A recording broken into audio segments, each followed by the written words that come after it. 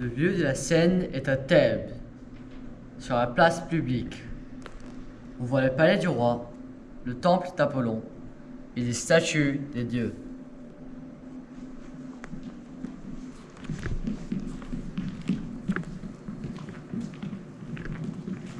Enfants, jeune postérité de l'antique Cadmus, quel empressement vous rassemble sur ces degrés, portant dans vos mains les rameaux des suppliants. L'encens des sacrifices fume dans toute la ville, qui retentit à la fois d'hymnes et de gémissements.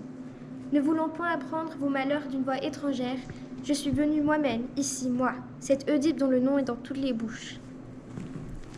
Dis-moi donc, vieillard, toi à qui il appartient de parler au nom des autres, dis-moi quel motif vous rassemble. Est-ce la crainte?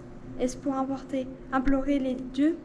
Mon désir est que vous êtes secouable, car il faudrait que je fusse insensible pour n'être pas ému de pitié par un tel spectacle. Oedipe, souverain de mon pays, tu vois quelle foule se presse autour des autels devant ton palais? Des enfants qui peuvent à peine se soutenir, des prêtres appesantis par la jeunesse. Le reste du peuple portant des branches d'olivier se répand sur les places publiques, devant les 2 temples de Pallas, près de l'autel prophétique de l'Isménos. Car Thèbes, tu le vois toi-même, trop longtemps battu par l'orage, ne veut plus soulever sa tête de la mer de sang où elle est plongée. La mort atteint les germes des fruits dans les entrailles de la terre. La mort frappe les troupeaux et fait périr l'enfant dans le sein de sa mère. Une divinité Emni, la peste dévorante, ravage la ville et dépeuple la race Cadmus. Le noir Pluton s'enrichit de nos pleurs et de nos gémissements. Ce n'est pas que nous t'égalions au Dieu quand nous venons, ces enfants et moi, implorer ton secours. Mais nous voyons en toi le premier des mortels pour conjurer les malheurs de la vie et la colère des dieux. C'est toi qui, en paraissant dans la ville de Cadmus, l'as affranchie du tribut qu'elle payait au sphinx cruel, et cela sans être inscrit ni éclairé par nous, mais avec l'aide des dieux. Chacun le dit et le pense, tu devins notre libérateur. Aujourd'hui encore, Oedipe, toi dont tout revers la puissance, nous venons en suppliant te conjurer de trouver quelque remède à nos maux. Soit qu'un dieu t'éclaire de ses oracles, ou un homme de ses avis, car je le vois, les conseils des hommes expérimentés sont toujours le plus de succès. Viens, ô le meilleur des mortels, relever cette ville abattue à long, vieille sur nous, car c'est toi aujourd'hui cette cité qu'appelle son Seigneur pour tes services passés. Puisse ton règne ne jamais nous rappeler qu'après avoir été sauvés par toi, tu nous as laissés retomber dans l'abîme. Rends-nous donc la sécurité et relève cette vie abattue, ces heureux hospices sous lesquels tu rétablis alors notre fortune. Ne les dément pas aujourd'hui, car si tu dois continuer à gouverner ce pays, mieux vaut régner sur des citoyens que sur un pays vide d'habitants. Qu'est-ce qu'un effet qu'une forteresse sans soldats et un navire sans matelots? Enfant bien digne, j'ai de pitié, je ne connais que trop le vœu qui vous amène. Oui, je sais, vous souffrez tous, et dans cette commune souffrance, aucun de vous ne souffre autant que moi, car chacun de vous ne reste que sa propre douleur, et non celle des autres. Mais mon cœur pleure tout ensemble les maux de Thèbes, les vôtres et les miens.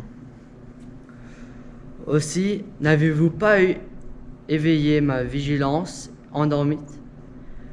Mais sachez que j'ai déjà versé bien des larmes et mon esprit inquiet a tenté plus d'une voie de salut. Le seul remède que la réflexion m'a découvert, je l'ai mis en œuvre. Le fils de Ménécée, Créon, mon beau-frère, est allé par mon ordre au temple de Delphes. Demandez au Dieu par quel vœu ou par quel sacrifice je pourrais sauver cette ville. Déjà, je calcule le temps écoulé depuis son départ, et je m'inquiète de son absence, car elle se prolonge plus qu'elle ne devrait. Mais quand il sera de retour, je serai aussi alors bien coupable si je n'exécutais tous les ordres du Dieu. C'est fort à propos que tu en parles, car voici qu'on annonce l'arrivée de Créon. Divin Apollon, puisse son heureux retour nous apporter le salut que son air radieux semble présager. Selon les apparences, il est joyeux, autrement il ne viendra pas ainsi la tête couronnée de laurier. Nous le saurons bientôt. Il est assez près pour entendre. Fils de Ménécée, toi qui m'es uni par les liens du sang, quelle réponse nous apportes-tu de la part du Dieu?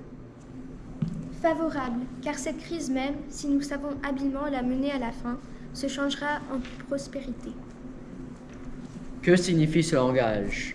En effet, ces paroles que tu prophètes n'existent ni ma confiance, ni mes appréhensions. Si tu désires m'entendre en présence de cette foule, je suis prêt à parler, ou bien te suivre dans le palais.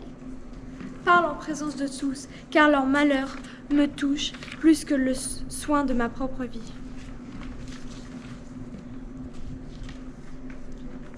Je dirai donc la réponse que j'ai reçue du Dieu. Apollon nous rejoint clairement de chasser de cette terre un monstre qui la souille et qu'elle nourrit de son sein et de ne pas y souffrir plus longtemps que sa présence inexplicable.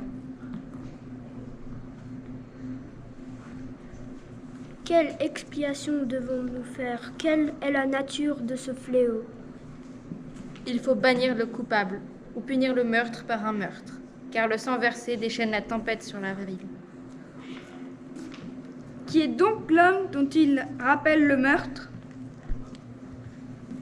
Prince Laïus, régnait autrefois sur cette contrée, avant que tu en fausses le roi. On me l'a dit, car mes yeux n'auront jamais vu. Il a péri, et maintenant le Dieu nous enjoint clairement de punir ces meurtriers. Mais où sont-ils? On découvrir la trace effacée d'un crime si ancien? Il se trouve en ce pays, a dit le Dieu. Ce que l'on cherche, on le trouve, mais ce qu'on néglige nous échappe. Est-ce dans la ville, est-ce à la campagne ou sur une terre étrangère que le meurtre de Laïus a été commis? Il était parti, disait-il, pour aller consulter l'oracle, et depuis son départ, il n'a plus reparu dans sa patrie. Il était parti, disait-il, pour aller consulter l'oracle, et depuis son départ, il n'a plus reparu de sa patrie. Mais n'ayant eut-il ni message, ni compagnon de voyage de Laïus, témoin du fait qui peut donner des indices à aider les recherches? Ils ont péri, à l'exception d'un seul, que la peur a fait fuir. Mais il n'a pas pu dire qu'une chose de ce qu'il a vu. Laquelle? Car un seul fait peu en faire découvrir bien d'autres, s'il nous donne une lueur d'espérance. Des brigands l'assaillirent, dit-il, et il succomba, non sous le bras d'un seul, mais accablé par le nombre. Comment donc un brigand?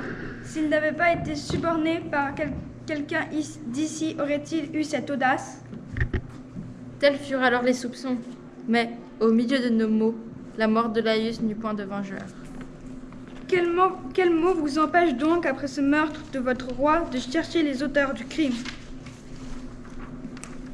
Le Sphinx, avec ses énigmes, en nous occupant d'un mal présent, nous fit oublier un crime encore obscur.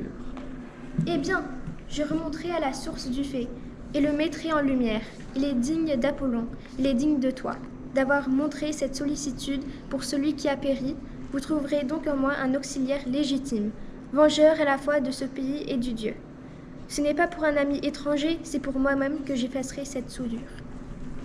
Le meurtrier, quel qu'il soit, voudrait peut-être aussi porter sur moi sa main homicide.